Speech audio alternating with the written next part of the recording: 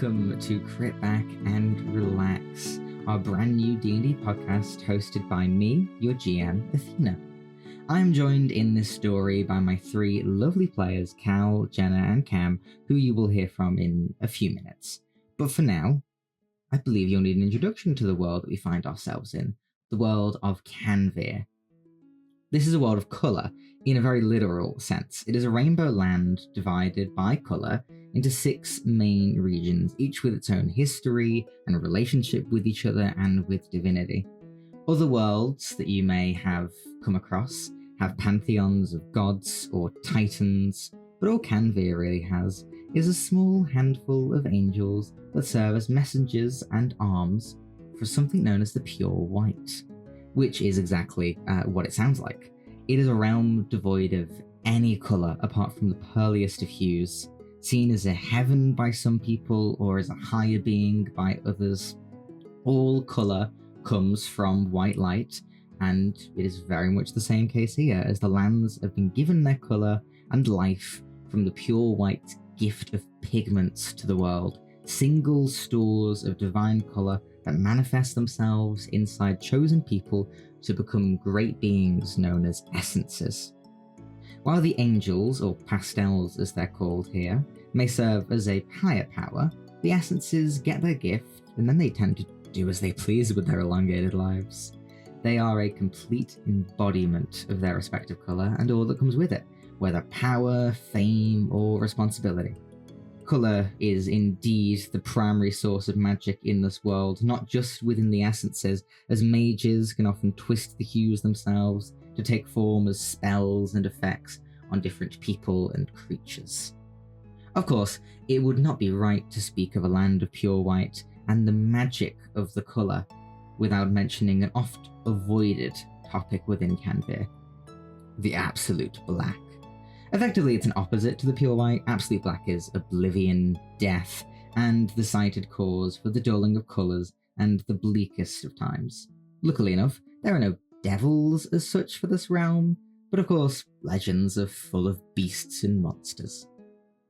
Now, while our story may see us venture into the royal purples of Istapray, roam the orange canyons of Autorel, hiking through the green forests of Arborin, sailing the blue seas of Maludum, or hitting the yellow streets of Optello, we will first be finding ourselves in Amore, which is a land of red theatrics.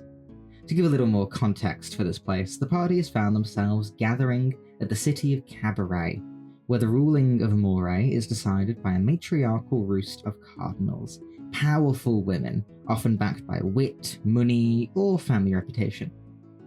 Originally founded by the first Essence of Red, after a time of bloody war in the early days of the country, Cabaret is the place to be for entertainment, making it big, or, having adoring fans shouting till they go red in the face.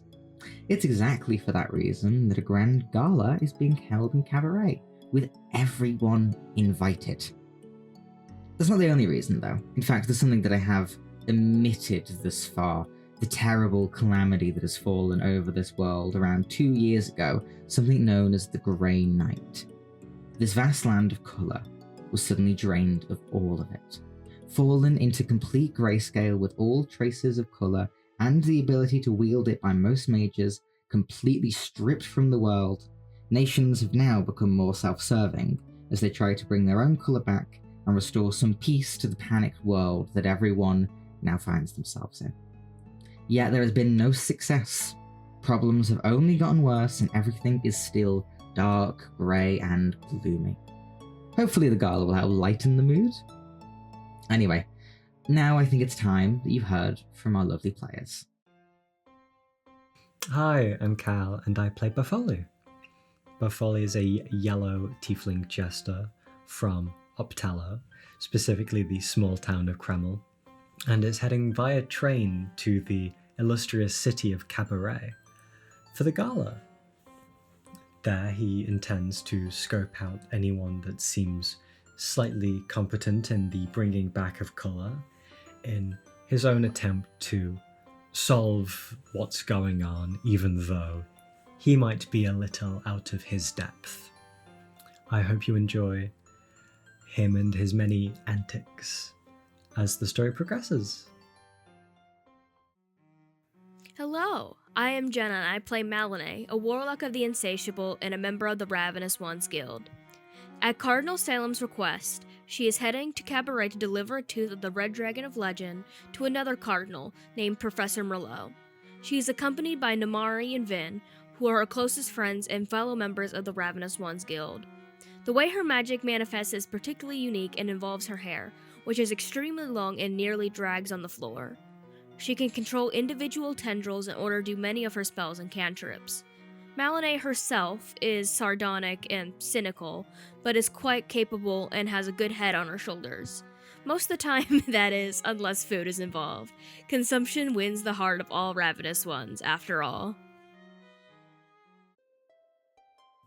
Hello, my name is Cam and I play Verity Evergreen, a member of a world-famous idol group by the name of Prism. Prism is a group of 6 girls, each from a different area of Canvir, all representing one of the 6 main colors, Verity being green.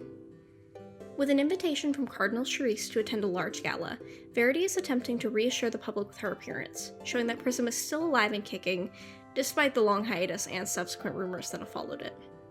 As both the youngest group and party member, Verity is at times immature, and struggles between where Vera begins and Verity ends. However, ultimately, she is just trying to do what's best for her career and for her friends. Fame is a double-edged sword, after all. Now, just some notes on mechanics before we wrap up and you can jump straight into episode 1. For this campaign, we are using a twist on D&D's 2024 rule set.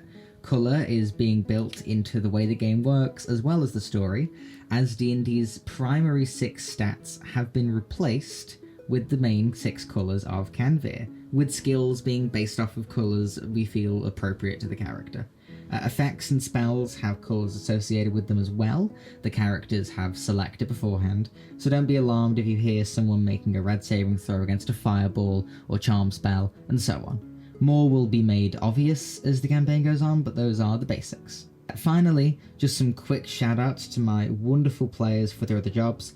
Cal and Jenna as our 2 amazing artists creating the fantastic character art, battle maps, the full map of Canvir, and more that you'll see over the course of these episodes. And Cam, who is serving as our editor in this humongous task to actually create the episodes that you were able to listen to. This campaign is a joint project that has been in the works for a while now. And I truly cannot wait to share more of it. So, thank you so much for listening to this slightly rambling episode 0. The start of our story is available right now on YouTube and Spotify, so you can get straight into the gala at Cabaret and all of the strange antics that ensue. New episodes release every Tuesday, and you can find us on TikTok and Instagram at CritBackAndRelax and on Twitter at CritBackAndRelax. See you in episode 1.